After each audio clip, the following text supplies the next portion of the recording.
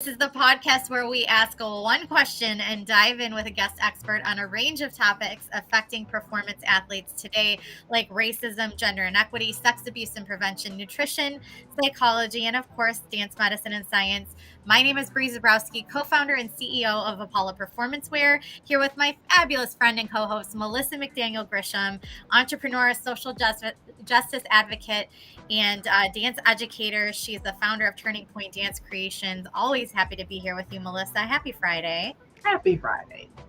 Today, we're talking about how we can encourage our young performance athletes to establish boundaries and still feel comfortable taking risks. A lot of this is going to be related to the dance space because that's kind of where our community is. But really, we encourage you to apply these to any young performance athletes, especially artistic athletes. And we're excited to welcome back Nicole Perry today of Momentum Stage. So, Melissa, tell our friends out there about Nicole. Nicole is an intimacy choreographer and coordinator, as well as director and choreographer in South Florida. Career highlights include Broward County Artist Investment Grant for Kinesphere, Intimacy Coordination for Arena, an award winner in several film festivals, choreography and intimacy direction for the U.S. premiere of The Glass Piano at Theater Lab, and resident intimacy coordinator for Measure Theater. She's a certified Lebanon Barton movement analysis. Movement analyst. Nicole provides guest teaching in Levon for theater and or dance, as well as consent and power dynamics and creative practice through Momentum Stage. Nicole founded this nonprofit to provide affordable resources and best practices for performing artists and teachers. Nicole is an adjunct professor of dance at the University of Miami. She has previously taught both dance and theater in middle school, high school, and studio settings. As a member of the Stage Directors and Choreographers Society and the Association of Theater Movement Educators, Nicole apprenticed with Intimacy Directors International and is in the final stages of certifying as both an intimacy director and an intimacy coordinator with Intimacy Directors and Coordinators, also known as IDC. Welcome, Nicole.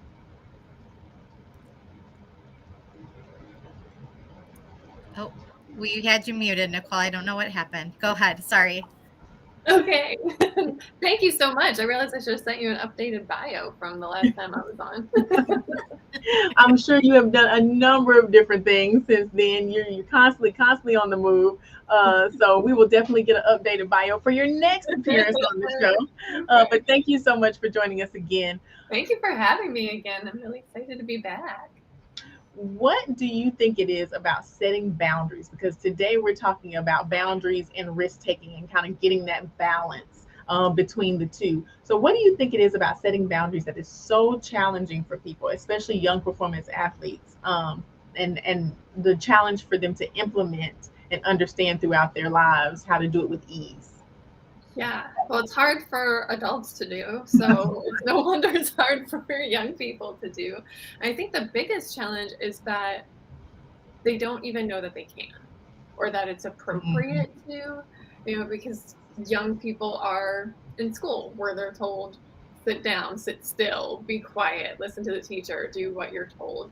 And a lot of performance settings are that way as well, whether it's dance or gymnastics or sports, is you have an authority figure and you're expected to do what that person tells you, and that person, because they are an authority figure, are also assumed to be the expert in that field, but also the expert in bodies and young bodies and growing bodies. And that just simply isn't possible, right? We are the only ones who are the experts of our bodies and how things feel to us and how we experience them.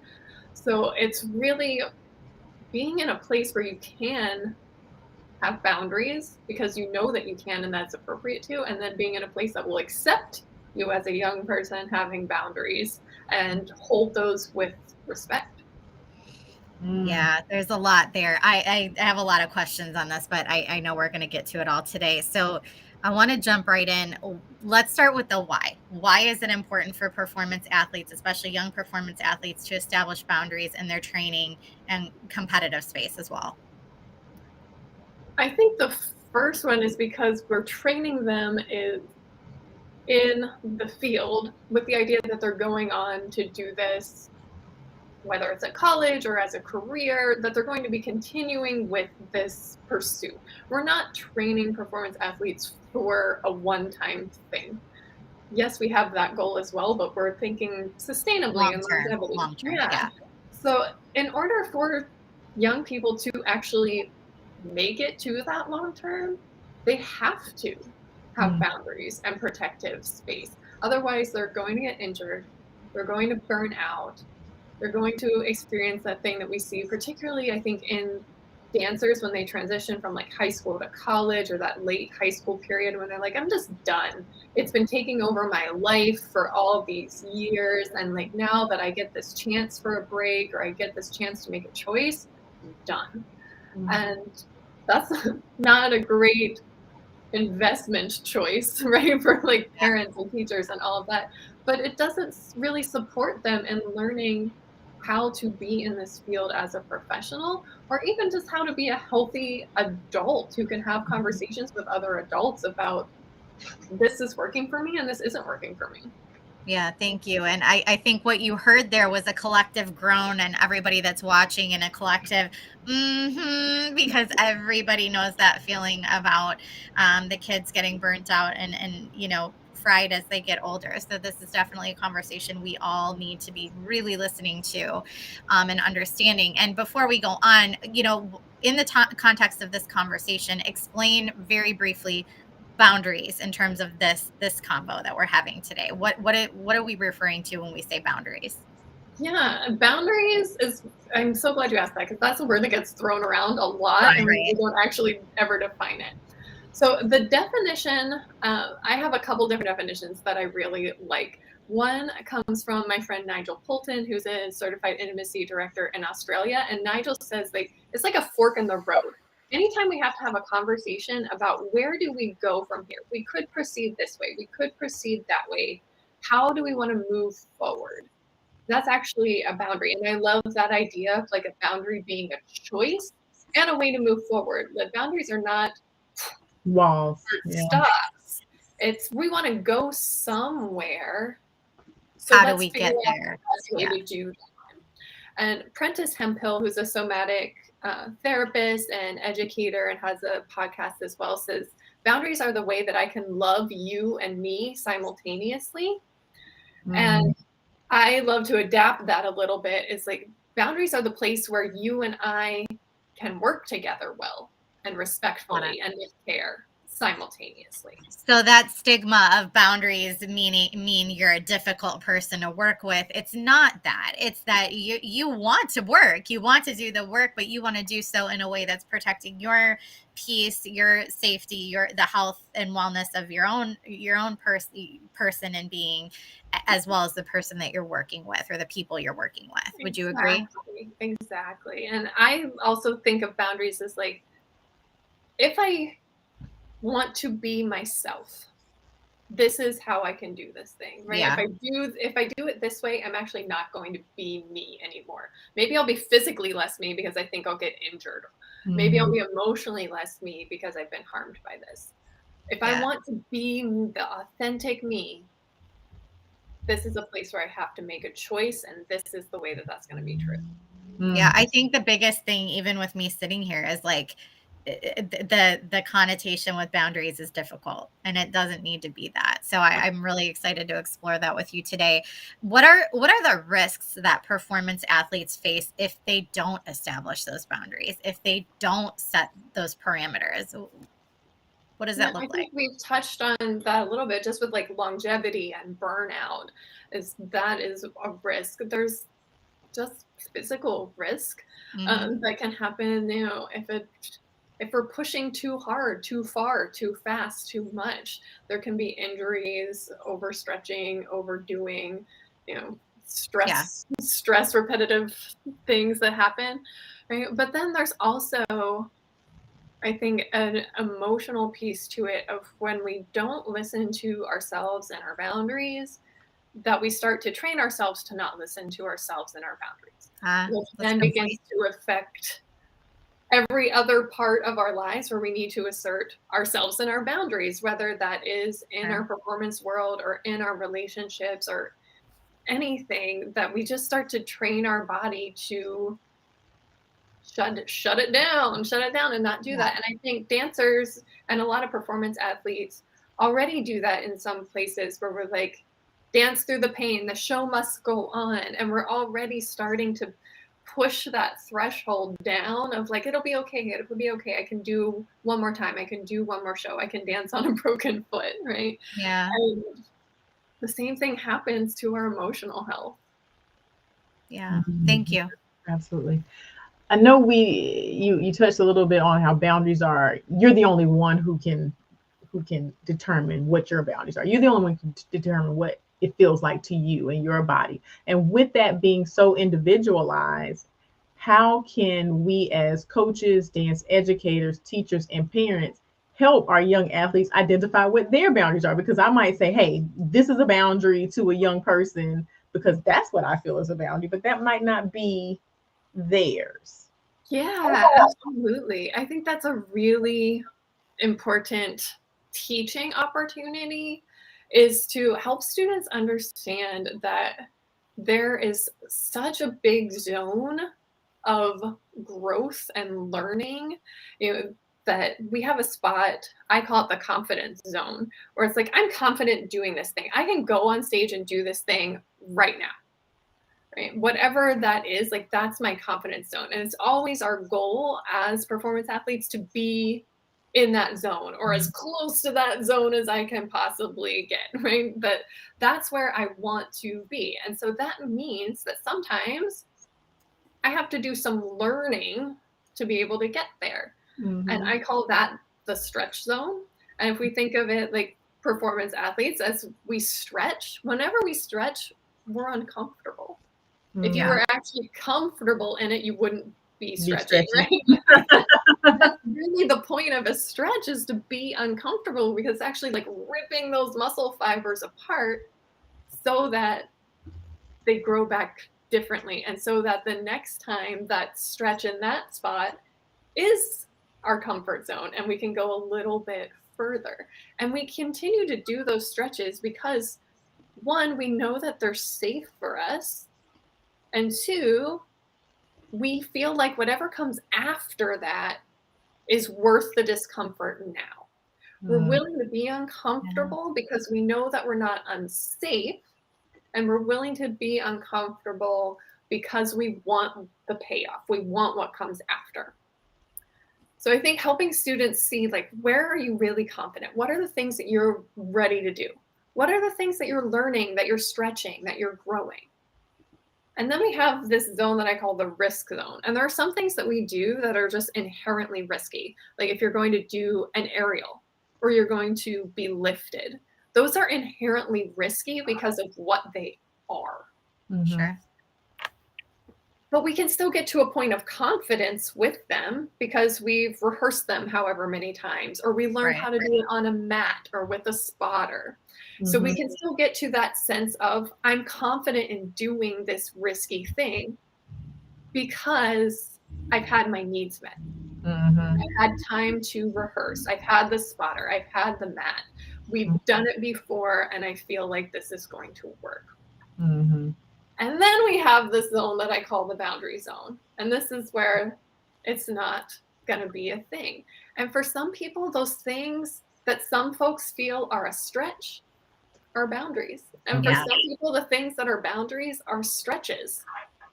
And those risks kind of fall in between. And so seeing it as a really big spectrum from confidence to boundary with all of this space in between, that as performance athletes, most of the stuff we do is a stretch or a risk. We get that confidence zone at the last moment when we go on stage, right? So most of the stuff we do is in this in-between space. And it's really, to me, the nuanced and meaty part of teaching happens in that space, and happens in helping students differentiate those 4 levels and learning to hold discomfort and know for themselves when discomfort runs into unsafety, and also to learn what it is they need to feel confident and to be able to advocate for themselves and asking for that. Do I need more time? Do I need a mat? Do I need to see you do it first and then I'll be ready to do it? Helping students really understand what it is that they need to feel ready for risks. Mm-hmm.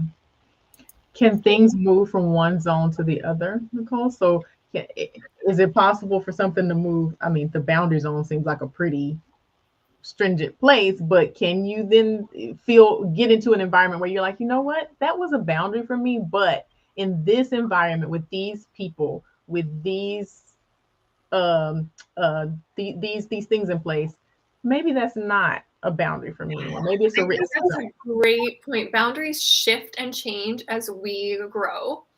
And also the context that we're in can really affect our boundaries. I can walk into a space and be like, there's no way I'm letting these people lift me because I've just met them and I don't trust them. Mm-hmm. But then after we've been in rehearsal for 6 weeks, right, I may be willing to explore that because our relationship has changed and grown. Mm-hmm. And I can also go the reverse. If they drop me when I got lifted that I felt like I was ready to do, then maybe I'm not going to want that again. Mm-hmm. But boundaries can shift and grow. And I think that's also what's helpful of like thinking of these as like zones or a spectrum rather than a wall or a strict like yes, no binary. Mm-hmm. Is that there's all this space that we can play in between. And maybe I'm like right on the edge and then I can slide into or out of. And for me, particularly in that risk zone, it's really about what is it that you need to feel like you can take that risk? Okay. Because if that need's not going to be met, it probably is going to be a boundary. Mm-hmm. And if that need can be met, the goal is to move from risk to confidence and right, to be ready to go. So I think our goal is to be able to see them all as movable. Okay. Yeah. Awesome. If you are just now joining us, we are talking to Nicole Perry about boundaries and how we can help our young student athletes or our young performance athletes or even our young performance artists or anybody actually establish boundaries while still feeling comfortable taking risks.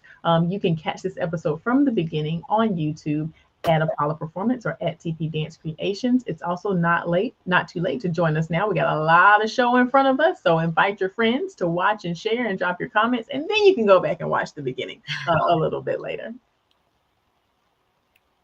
So strategies, let's talk strategies. Strategies for communicating boundaries to coaches and other athletes in a way that's comfortable and effective, because that's the part that gets kind of, okay, how do I say that I don't want to do this? Or how do I say that I'm not comfortable doing this without making people mad at me? And what do you do when the coach doesn't respect that? Because there are plenty of coaches out there, and there's plenty of even parents that feel like, especially when you're a young athlete of any kind, that it's very much you do as you're told. And, you know, you've got your coach and you follow your directives and the coach's word is it, and that's it. And you do what you're told or you don't do it. So how do you navigate all that? Yeah. Again, it's one of those things that's hard even for adults. So of course it's hard for young people who are navigating, not just saying it to a coach or a teacher, but saying it to someone who's an adult. There's that double power dynamic of like, you know, student teacher and child adult. So it's extra yucky. This is, again, one of those places where I think having the idea of the zones can be really helpful, because if you're taking the time to think through, okay, is this a risk that I'm willing to take if needs are met? And do I know what those needs are? Mm-hmm. And do I feel like I can ask for them in this space and at least have them be listened to with respect, even if they can't be met, right? Sometimes they can't be met. If you need 18 more rehearsals, but the show is tomorrow, that's a need that can't be met, no matter how much you need it, right? But they can still be received with respect. Mm-hmm. So if I can take the time to think about where is this really for me and what are my needs, then I'm also going to feel a little bit stronger about saying it is a boundary, because I've taken the time to think. I know personally that I'm not being reactive and that I know what's going on, right? So it gives me as the student or a person a little bit more vocabulary and a little bit more confidence in expressing myself. It also gives me the opportunity to say, like, I could do this if, we had more time, we had a mat, whatever that is, right? To say like, this isn't a boundary yet, Right. if these needs are met. And then to also see how those needs are met. Are they met with Right. respect, even if they can't be held? Or are they met with sarcasm, belittling, shut up and do it anyway? Right? So I think having the zones and the idea of thinking through our risks can be really helpful to myself, and at least feeling confident in asking for them. The other thing to keep in mind when we're expressing our boundaries is that our boundaries really are about us. And that can be hard for the person hearing it to feel, because they are going to think it is about them. Right? If I say, I don't want to do this thing, my teacher is going to interpret that as, this student thinks I'm unsafe, I'm mean, I'm stupid, I'm whatever. Or sometimes it does go the other way, and the teacher's like, the student just doesn't want to do anything, right? But most folks, when they hear someone's boundary expressed, interpret it about them instead of about the person whose boundary it is. But boundaries are always about me. It's about me and my needs and having my needs met. And so I think when I phrase it that way, it's also, one, keeps it about me so I can feel confident in expressing my needs, but helps that interaction so that the person is not, hopefully, going to be reactive and thinks about them, right? If I'm going to do this, this is what I need. I cannot do this because. So now, or not getting this. Yeah. So now I want to flip it. Now, as a dance educator, if I'm sitting, or any educator, if I'm sitting here and going, okay, I have this vision for this piece. This is what I want. This is what I'm asking for. You don't feel comfortable. Those are your boundaries. Fine. I'm going to get somebody else to do this, you know? And I think that's a great point. Having boundaries and stating my boundaries doesn't mean that there are not consequences. Right. And I need to be okay with that as the dancer, athlete, whatever, that when I state them, that those choices might be made. That if I say I don't want to be lifted, that I'm not going to be in this part of the dance. I do think it is the educator's responsibility to communicate that early, especially if you are going to tell students, you can say yes, you can say no, you can have boundaries around this, but yes and no are only equal options if you've laid them out that way. So if I know that the yes is that I'm going to get lifted, I might say yes even if I don't really want to, because I don't know what happens after I say no. I don't know if I'm going to be cut from the piece, or if I'm just going to have to do something different, or if I go off stage for 30 seconds and then come back on. So that should be made clear to folks when there is a choice-making opportunity. Got it. Not only can I say yes or no, but what happens after each one? Because sometimes we say yes because the devil you know is better than the devil you don't. Yeah.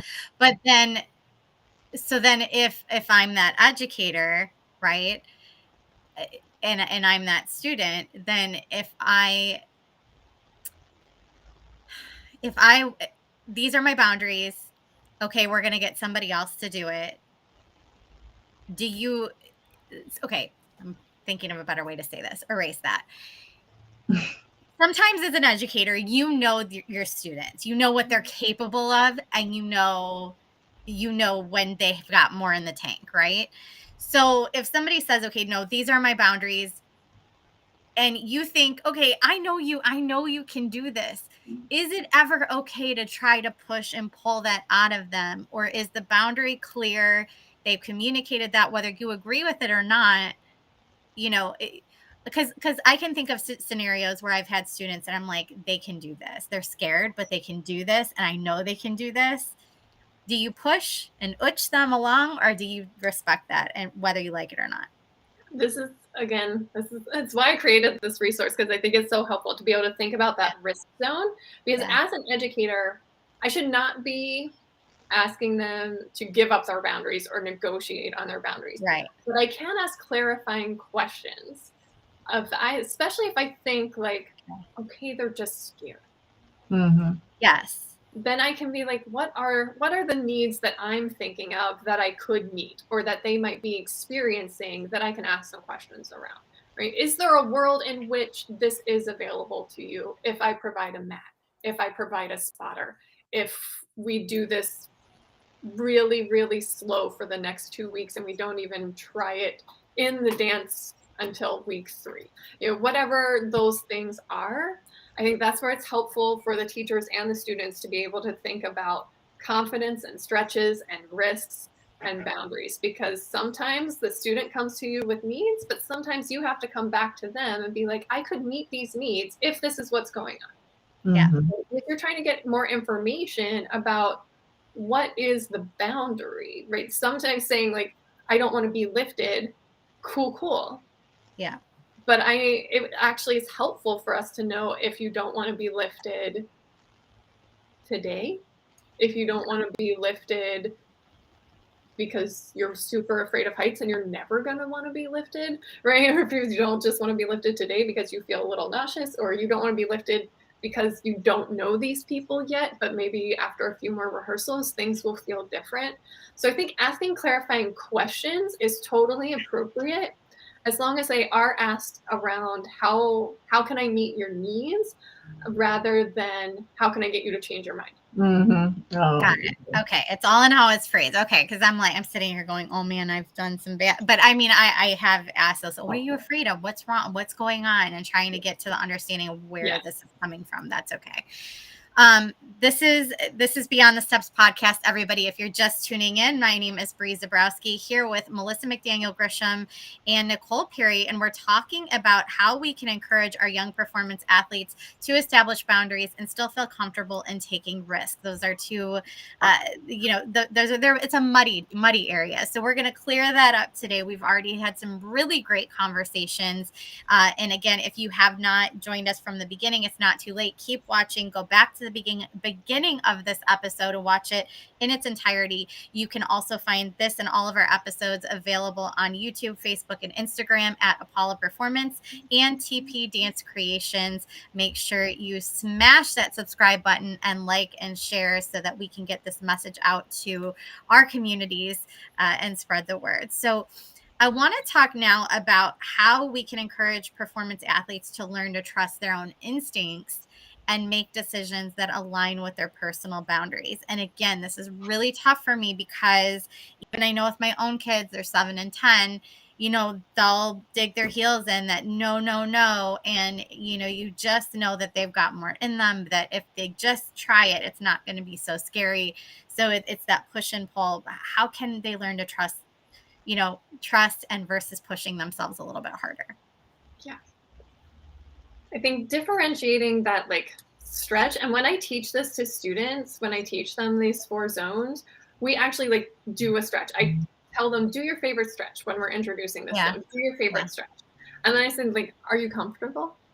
And they're like, no. It's great. It's brilliant. That's exactly right. Yeah.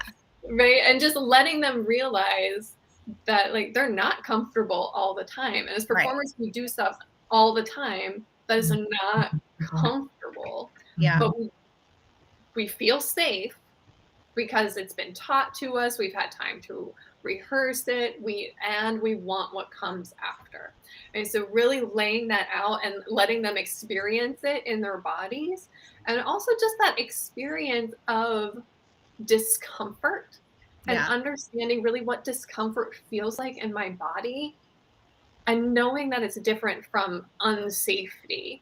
And so I like to take opportunities, even if I'm not explicitly teaching the zones, of even when we're stretching or we're doing something new, of being like, where are you feeling that? What are you feeling? So students are able to tune in to that somatic feedback that they're getting already and realize that it's valuable and that they can hold it and that they understand what it means when they're feeling a stretch, and really start to hold on to that so that when those feelings of unsafety arise, we know them for what they are.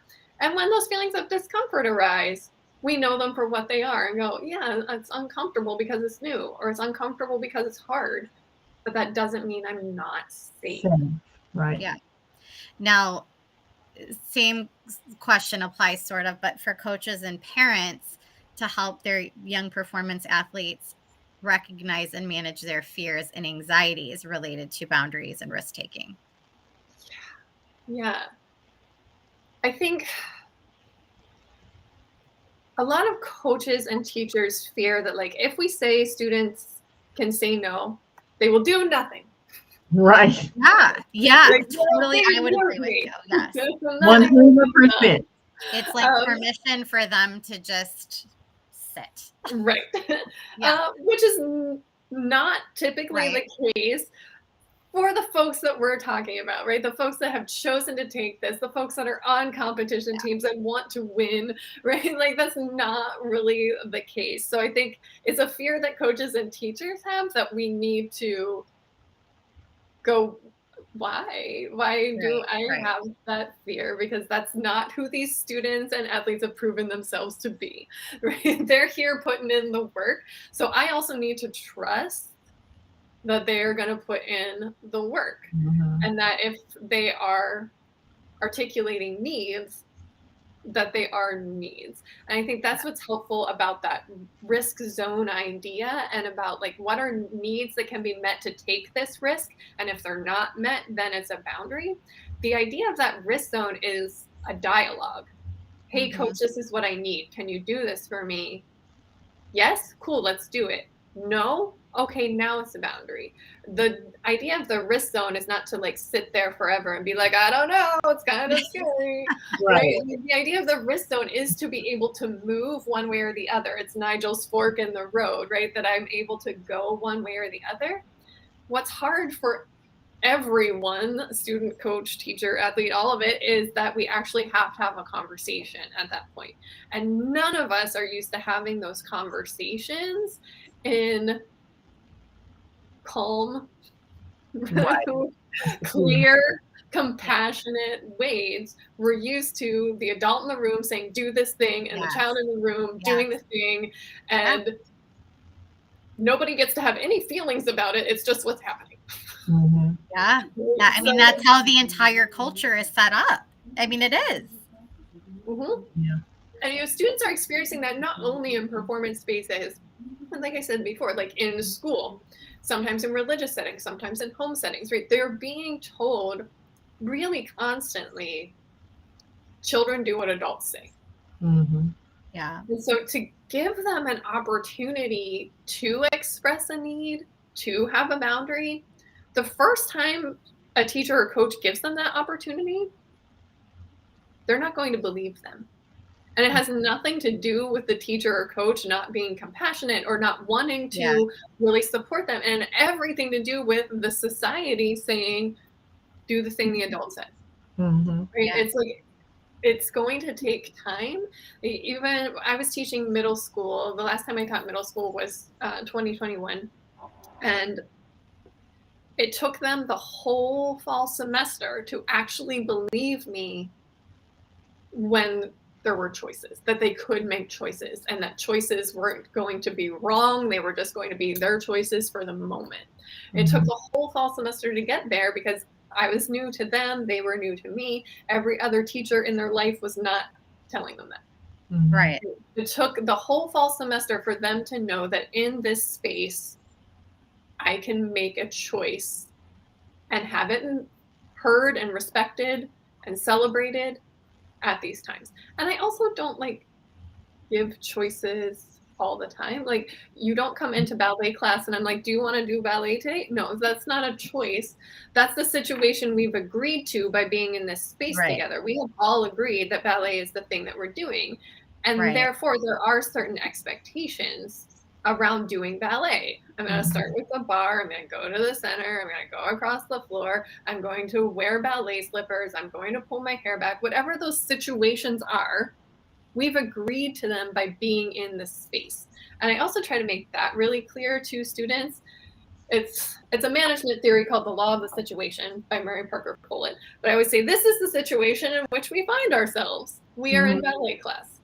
So you cannot suddenly change the situation because you're not feeling it today, right? This is the situation in which we find ourselves. And by being here, I do like there that. are certain expectations that have to be met. The recital is this state. The competition is this state. Those things don't move and change, even though we don't like them sometimes. That's the situation that we've agreed to by being here.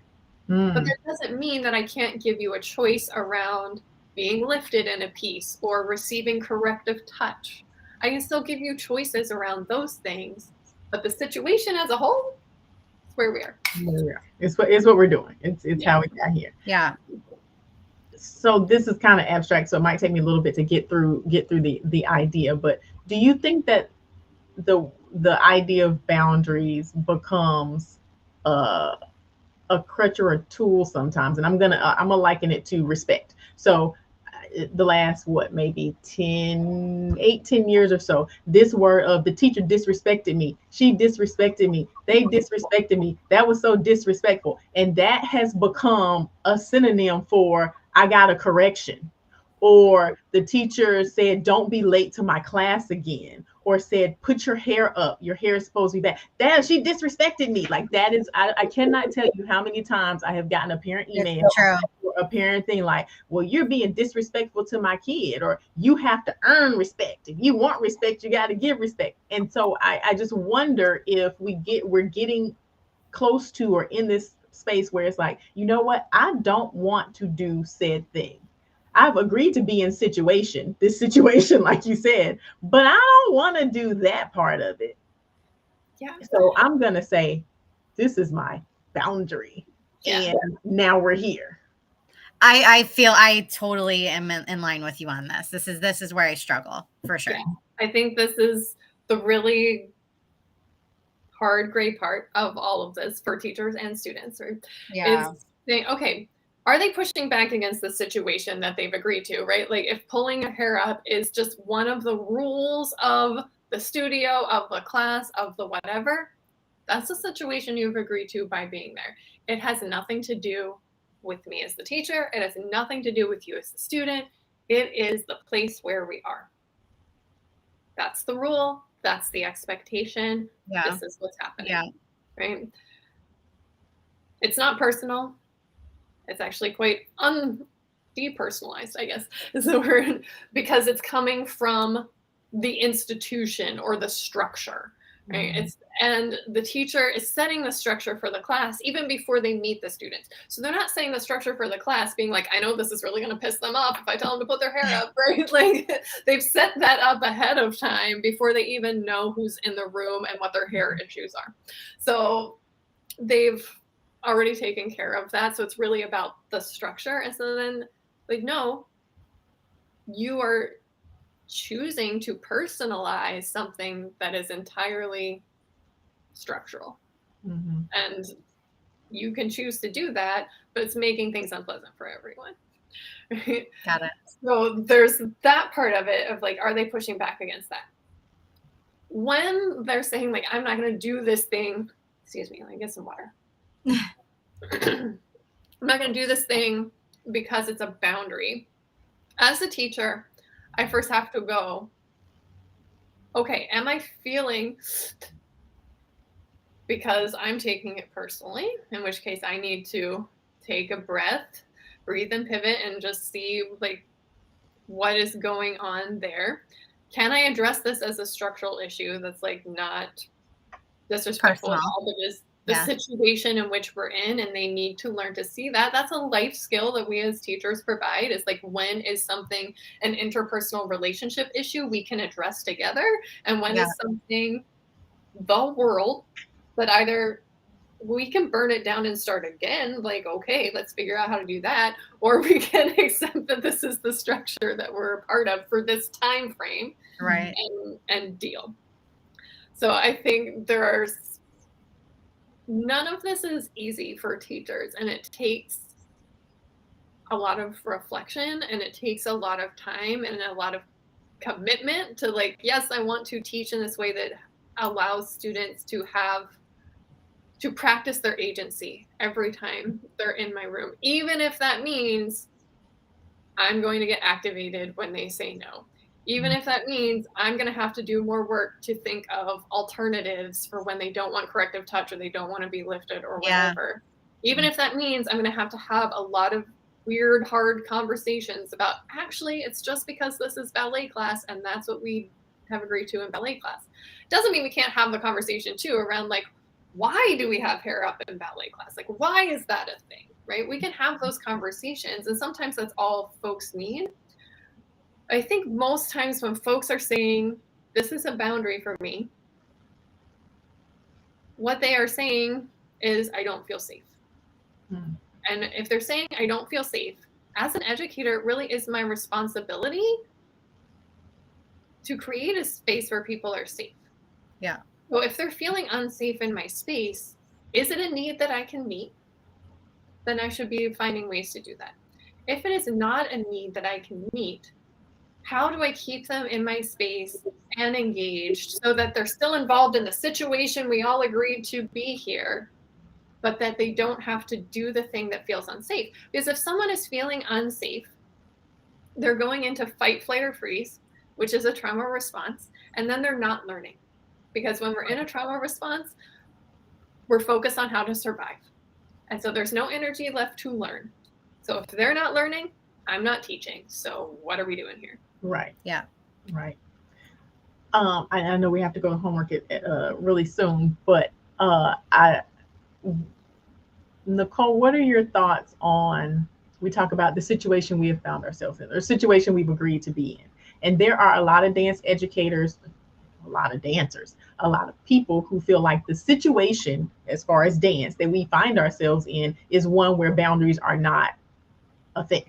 Like the actual institution, the situation of dance that you have agreed to come into, that you have agreed to be a part of, equals no boundaries. Yeah. Like, how do you address that? What are your thoughts on that? Consent and agency belong to everyone who has a body. And if I ask them to deny that in my space, they're also getting the message that they don't deserve that other places. In the world in 2023, that is not something that I want any young person facing the world with, that they don't have agency, that they don't have choice, that their body doesn't belong to them, and that when things feel unsafe, they shouldn't speak out. I really want them to do that. So I think it is an ethical obligation as an educator to do that, even in dance where it's not very often given, even in athletics where it's not very often given. What's interesting at the University of Miami is that we get a lot of athletes in the dance program because the dance classes fits some of their elective requirements, usually fit in their schedule in the summer when athletes have to stay on campus. So we get a ton of athletes. And just like middle schoolers who have a hard time believing you when you give them a choice, so do the football players. Because they are very used to everyone screaming at them to do this thing and only this thing and faster, harder, better, stronger, all of those things. And to have a choice is new and revolutionary. And it's also a huge responsibility to have a choice and to make a choice and to decide, how do I want to make this choice? Do I want to make this choice to push myself? Do I want to make this choice to take care of myself today? Do I want to do the easy thing because I'm tired? Do I want to do the hard thing because I want to learn? Do I just pick something because I actually don't know how to make a choice? That's what a lot of us do because we're not used to making choices. We just panic pick and go with something. Right? So I think we're really teaching a lot of skills when we offer choices and when we create opportunities for young people to step into their agency and to practice their agency that ripple far beyond our own classrooms and our own industry. And we see, even still in the industry, horror stories of dancers being abused, gymnasts being abused. You know, the only way this is going to change is actually, I don't think, at the professional level. Yeah. It happens with young people because by the time they get to the professional level, they already have the habits and conditioning that we've given them. And most people at the professional level have come through literal decades of training, not just how to do the thing, but how to be in the space where you do the thing. Mhm. So if we want the industry to change, it has to start Somewhere. with Yeah. training. Yeah, absolutely, which is why we do this show. So we are so happy to have this conversation. Speaking of this conversation, if you're just now joining us, we are with Nicole Perry talking about how we can encourage our young performance athletes to set boundaries, but also still take risks.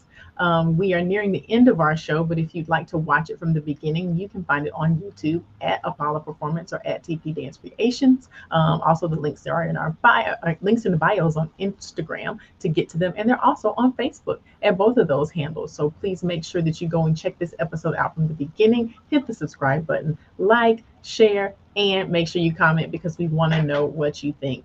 It is time for homework. Homework every week. We like to give homework in just something small, one thing that our viewers and our listeners can do between now and next week to make improvement in their life in this particular area. So, Nicole, what is that thing that you want to challenge everybody watching to do? Get clear on what discomfort feels like and what unsafety feels like. Okay. What that feels like in your body, what those messages are in your brain. Like, get really, really clear on those sensations and thoughts. And also for the teachers, think about how you're going to bring that to students, which I think we have a link for them. I've been talking about these zones, right? So I have a resource that I created that has all these zones laid out, and it comes with a video of me going through it again in case you didn't get enough of me talking about it in this. So you can have 10 more minutes in the video that goes with the resource. And there's a discount code to like save 20% on it. So it ends up being, like $4 or something stupid. So please talk to students, talk to yourself about like, what is the difference between confidence, stretching, risking, and a boundary. I feel like there's so many of us that haven't even had those conversations with ourselves to really know the answers to that, and I think that's such a great place to start. Melissa's going to throw that up, that link up for you all on the screen and the discount code for that is TT. That's capital T 423, and that'll give you 20% off if you're interested. We also have homework for you. We're going to challenge you to take our STEPS initiative course. It is a free, all capital letters, free online course series that's going to give you 5 modules to go at your own pace that tackle everything from racism, gender inequity, sex abuse and prevention, nutrition, psychology, and more. Every module was curated by experts in their field. Our own Melissa McDaniel Grisham curated the piece on racism. So we encourage you to check that out. It is not everything you need to know on any topic, but it certainly does give you a foundation. It gives you resources so you can pursue it further on your own if you choose, and we certainly encourage you to do so. Again, it's completely free, and we're going to put that link up for you there. Nicole, how can people get in touch with you? I know in this day and age when everything is so available to us virtually, not everybody has to travel for everything anymore. So I assume you do consults. I assume you work with people on these things like this and train staff and faculty. So how can people get a hold of you? Yeah, momentumstage.org is the website, and we have a contact form there. We have a request a workshop page. It's like right at the top. You can click request a workshop, and we do virtual and in person. We do workshops for students. We can come into a class, and we have like a consent for performers one that's specifically for students, and then we also have ones that are specifically for teachers. We do professional development days and studio learning days and things like that. So you can request a workshop if you want. On our events page right now is a lot of stuff that we have coming this summer. We have a boundaries workshop for performers coming June 10th. which I think is right after this airs, maybe, or right before. Yep. I don't remember. Yep.